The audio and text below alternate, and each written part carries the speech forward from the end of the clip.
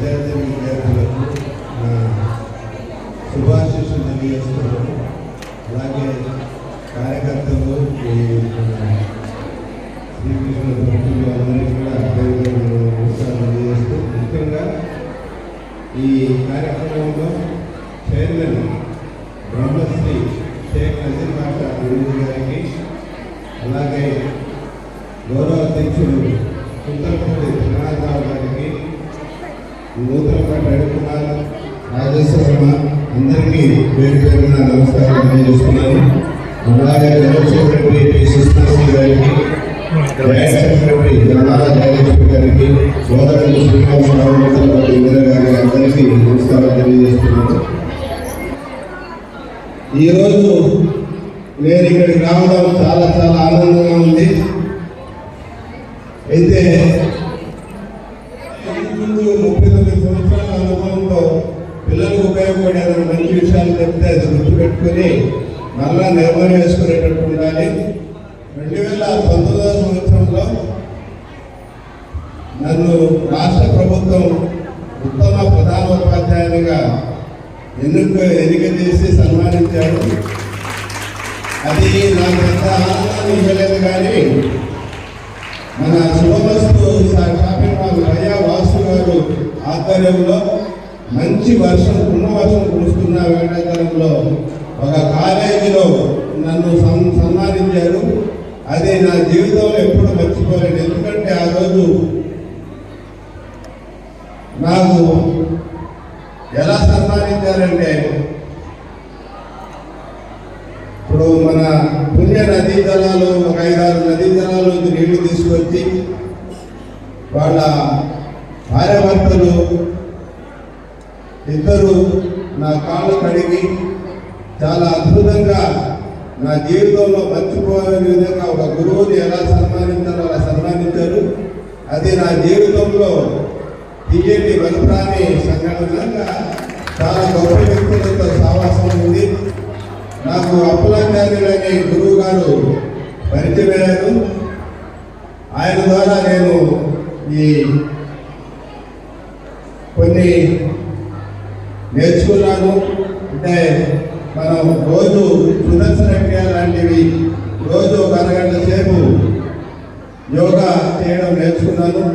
నా జీవితంలో అది ఒక భాగం అయిపోయింది. నిద్ర లేస్తానే ఫస్ట్ నేను ఈ యోగా చేసిన తర్వాత మిగతా పనులన్నీ చేసుకుంటాను. అంటే బ్రీతింగ్ ఎక్సర్సైజ్ అనేది చాలా అవసరం. ఇప్పుడు ముఖ్యంగా కోవిడ్, చికెన్ గున్యా అటువంటి వ్యాధులు వచ్చినప్పుడు ఈ బ్రీతింగ్ మీద పట్టుకునే వాళ్ళకు ఏమీ చేయదు. అంటే మన ఊపిరితిత్తులు బలంగా ఉంటే మనకు ఎటువంటి జబ్బులు రావు, ఏదొచ్చినా కూడా ఎగిరిపోతాయి. కాబట్టి ప్రియమైన విద్యార్థులారా, మీరు చిన్నప్పటి నుంచే గురువుల సమక్షంలో కొన్ని నేర్చుకోండి. నాకు 19 ఏళ్ళ ఉద్యోగం వచ్చింది. అప్పుడు నెల్లూరుకు వచ్చి నేను యోగాసనాలు అవి నేర్చుకునేవాడిని, వారం ఒకసారి నేర్చుకునేవాడిని. శీర్షాసనం ఈరోజు కూడా ఒక 10 నిమిషాలు చేస్తాను నేను, ఎటువంటి ఆధారం లేకుండా. అంటే చిన్నప్పుడు అలవాటు అయింది కాబట్టి ఈరోజు నేను శీర్షాసనం చేయగలుగుతున్నాను. కాబట్టి మీరు చిన్న వయసు నుంచే మంచి అలవాటు నేర్చుకుంటారని ఆశిస్తున్నాను. తర్వాత నాకు ఒక అద్భుతమైన వ్యక్తి ఒక 15 సంవత్సరాల క్రితం పరిచయం. ఆయన ఎవరో కాదు, మన ప్రపంచ స్థాయి అత్యంత అద్భుతమైన శాస్త్రవేత్త, మన అబ్దుల్ కలాం గారి శిష్యుడు, అబ్దుల్ కలాం గారి స్థాయి వ్యక్తి. ఆయన సావాసంలో నేను చాలా విషయాలు తెలుసుకున్నాను. ఆయన పేరు డాక్టర్ గుండ్రా సతీష్ రెడ్డి గారు. ఆయన ఎన్నో సేవా కార్యక్రమాలు చేసుకుంటారు. మన దేశం అభివృద్ధి కోసం ఎంతో పాటుపడుతున్నాడు. కోవిడ్ సమయంలో అయితే ఒక్క అరగంట ఆయన ఆక్సిజన్ షార్ నుంచి పంపడం ఆలస్యమైతే కనీసం ఒక 500 మంది మన నారాయణ హాస్పిటల్లో, అన్ని హాస్పిటల్స్ ఉండేటువంటి కోవిడ్ పేషెంట్లు చనిపోయేవాడు.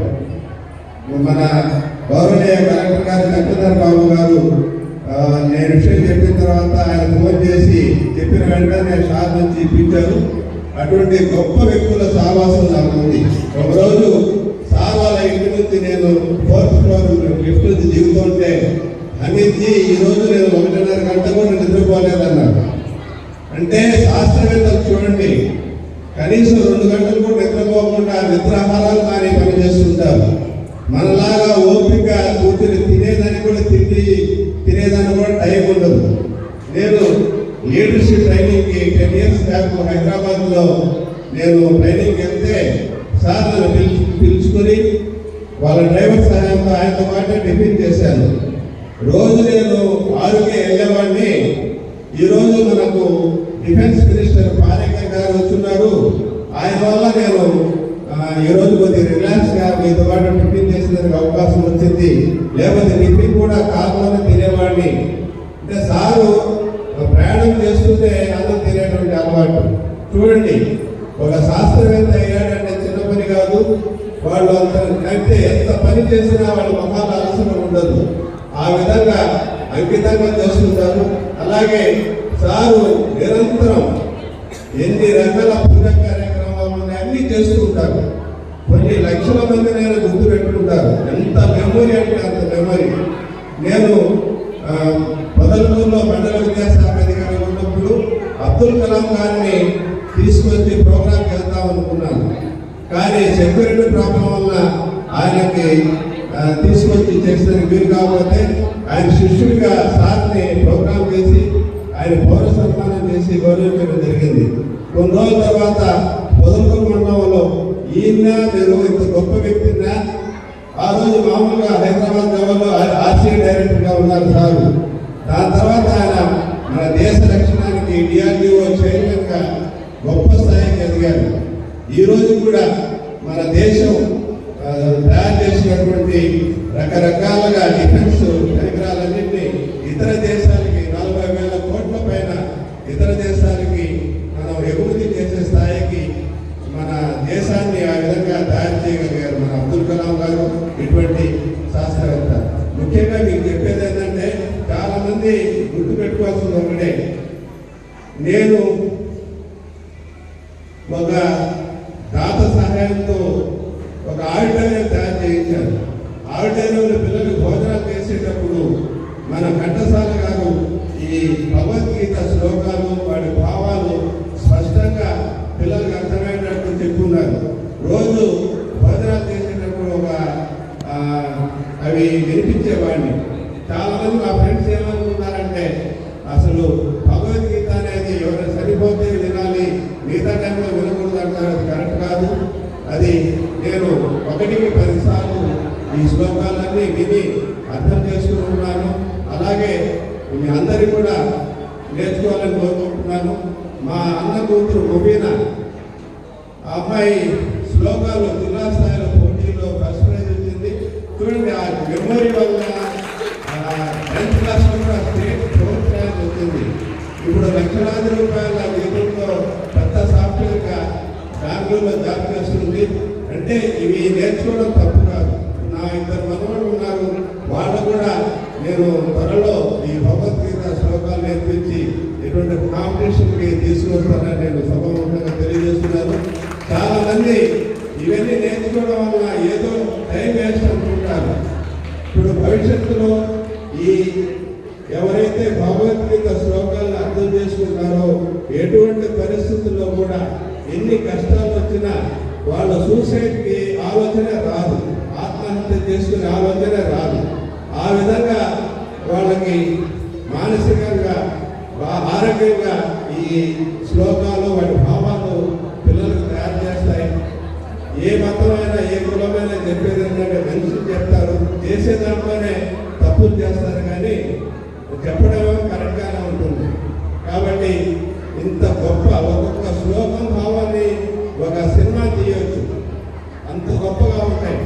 అంటే వీలైనంత వరకు మనకు తల్లిదండ్రులు గురువులు చెప్పినటువంటి మంచి విషయాలు అవగాహన చేసుకుని మీరు అద్భుతంగా ఎదగాలని, భవిష్యత్తులో ఇప్పుడు చూస్తూ ఉంటాం రోజు అక్కడ పిల్లలు ఎదయ్యారు, ఇక్కడ పిల్లలు ఎదయ్యారని చెడు ఆలోచనలకు పోకుండా మంచి ఆలోచనలకు వెళ్ళాలి.